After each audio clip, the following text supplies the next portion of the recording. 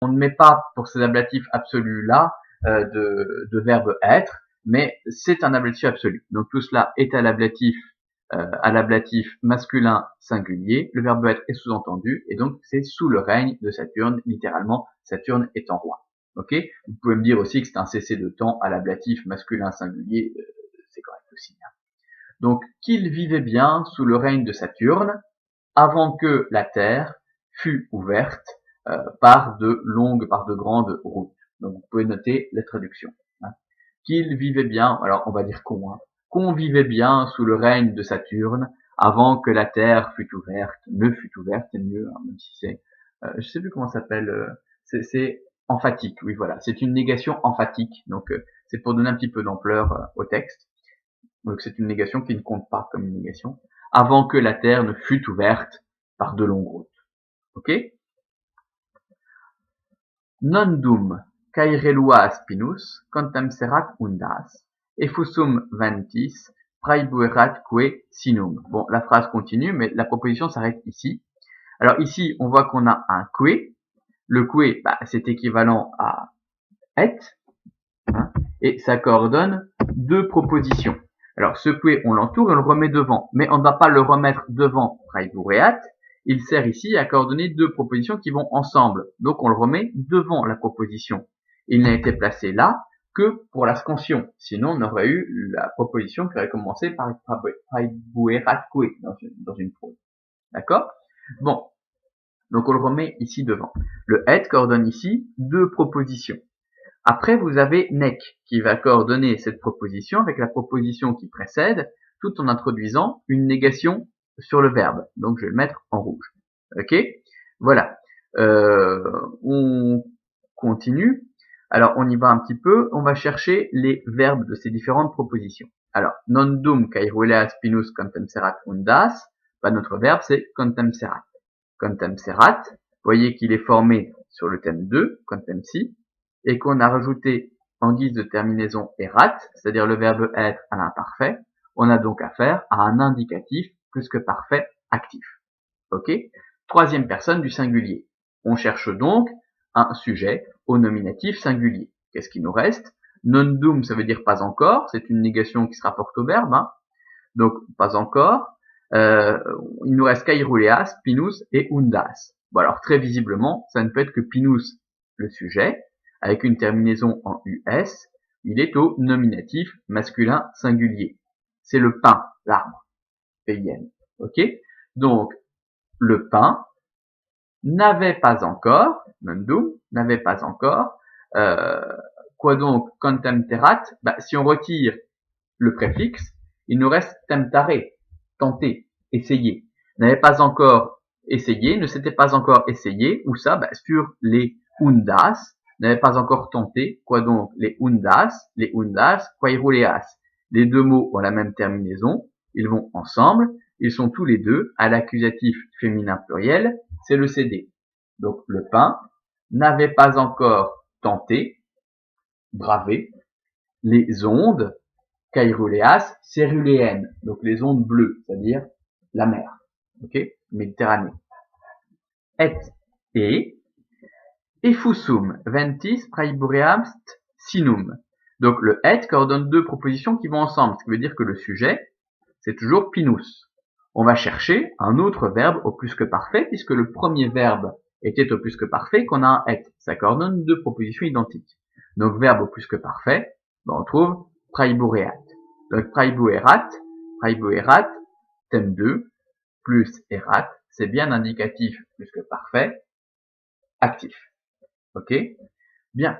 Donc, et, n'avait pas encore, praebere, on sait que c'est le verbe offrir, hein, c'est ce qu'a donné un présent en français, pour trouver la racine pré, donc un présent, et n'avait pas encore offert quoi? On cherche le CD. Donc il nous faut un mot à l'accusatif. On va chercher des terminaisons assez simples d'accusatif. Hein. Ici, vous avez sinus. Donc sinus, c'est un mot de la quatrième déclinaison, sinus, qui veut dire le pli de tissu. Ok? Donc c'est le pli de tissu. C'est le nom aussi du pli de tissu qui est au niveau de la poitrine sur les robes féminines. Donc comme les lois romaines vous empêchaient d'appeler un chat et donc d'utiliser des mots vulgaires, considérés comme vulgaires pour parler des différentes parties du corps, ben, on n'a pas pu utiliser le mot latin qui correspond au mot saint, qui était considéré comme vulgaire. Et donc on a une lettre très intéressante de Cicéron, qui est en fait une réflexion là-dessus, et qui dit, mais à force d'utiliser des métaphores pour parler des choses du corps, ben on finit par tellement s'éloigner du sujet, puisque à chaque fois une métaphore ou un mot devient vulgaire par son usage quotidien, et donc ben, au bout de plusieurs siècles, on finit par avoir des mots qui n'ont plus rien à voir avec le corps, pour parler des différentes parties du corps. Finalement, ce serait peut-être plus simple d'appeler un chat un chat. Et donc, bah, au lieu d'utiliser le mot qui désigne la poitrine, on a utilisé le nom de ce pli de tissu, le sinus, pour parler de ce qu'il cachait, c'est-à-dire le sein. Mais à force d'utiliser ce mot-là, eh bien, le mot a fini par désigner le sein lui-même. Et ce mot sinus, c'est ce qui a donné en français le mot sein, S-E-I-N. D'accord? Voilà, c'est le sinus. Donc, en fait, c'est le pli de tissu qui cache le sein. Ça va? Bon, et n'avait pas encore offert son pli de tissu, donc à l'accusatif masculin singulier, puisque c'est un mot de la 4e déclinaison. On est en poésie, il va systématiquement y avoir des adjectifs qui vont caractériser chaque nom. Donc on va regarder un petit peu, et là vous voyez que vous avez effusum, qui est un PPP, hein, mais qui sert ici d'adjectif à sinum, son pli de tissu gonflé. Gonflé, qui dit PPP, participe parfait passif, donc ici à l'accusatif masculin singulier. Qui dit participe parfait passif, dit évidemment complément d'agent. Et donc en poésie, on utilise très peu les prépositions a ou ab, hein, parce que ça fait une syllabe en plus pour les pièces qui tombent pas juste. Gonflé par quoi? On cherche un complément d'agent à l'ablatif. Et ici, vous avez vantis par les vents. Donc complément d'agent à l'ablatif neutre pluriel. Ablatif neutre pluriel, c'est donc le complément d'agent de effusum. Ok? Donc, et n'avait pas encore offert, c'est son pli de tissu gonflé, donc sa voile, hein. Sa voile, la voile, en fait, est pliée, comment on dit? Elle est pliée soigneusement et nouée sur le mât, et quand il y a du vent, eh bien, on la dénoue, donc on dénoue les plis. Donc c'est ça, en fait, le mot voile vient de là, donc c'est pour ça qu'on parle d'un pli de tissu, elle est pliée, et elle est dépliée pour être gonflée par les vents. Ok? Donc, c'est sa voile gonflée par les vents. Ok? Il n'avait pas encore offert sa voile gonflée par les vents, ou alors on peut dire aussi gonflée au vent. Hein, ça peut être aussi un CI, finalement. On n'avait pas encore offert sa voile gonflée au vent. Enfin, à mon avis, c'est plutôt un complément d'agent. Hein. Ça va? Nec, vagus, je surveille le temps. Ouais. Nec, vagus, ignotis, repentes, compendiat terris, praecerat externa navita merce, ratem. Donc on reste toujours dans les 4 vers qui sont consacrés aux ondes.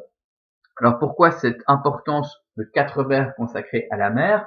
Parce que les Romains et les Grecs, ils ont une mer à eux. La Mare Nostrum, notre mer, notre chère mer, c'est la Méditerranée, parce que c'est la mer qui est entourée de terres, la mer qui est au milieu des terres qui appartiennent à l'Empire romain et avant eux à l'Empire grec. Ok, donc c'est leur mer à eux. C'est vraiment la mer, c'est ça qui les fait se sentir romains ou grecs. N'oubliez pas que les Grecs qui étaient un jour perdus en plein territoire oriental ont vu la mer au loin et ils ont crié Thalassa, Thalassa, Thalassa. Ils étaient retrouvés parce qu'ils avaient retrouvé leur mer. Ok, c'est vraiment à eux. Donc la mer a énormément d'importance. On a rarement des peuples qui ont réussi à conquérir les terres qui étaient tout autour d'une mer à tel point que la mer devient leur propriété. Ça va? Bon. D'ailleurs, je vous rappelle qu'à l'heure actuelle, la possession de territoires en mer est un enjeu politique intense, puisque forcément, ce sont des zones de pêche immenses. Okay, donc ça reste toujours très très important. Moi, j'arrête là la vidéo et je reprends pour ne pas être coupé en plein milieu d'une phrase.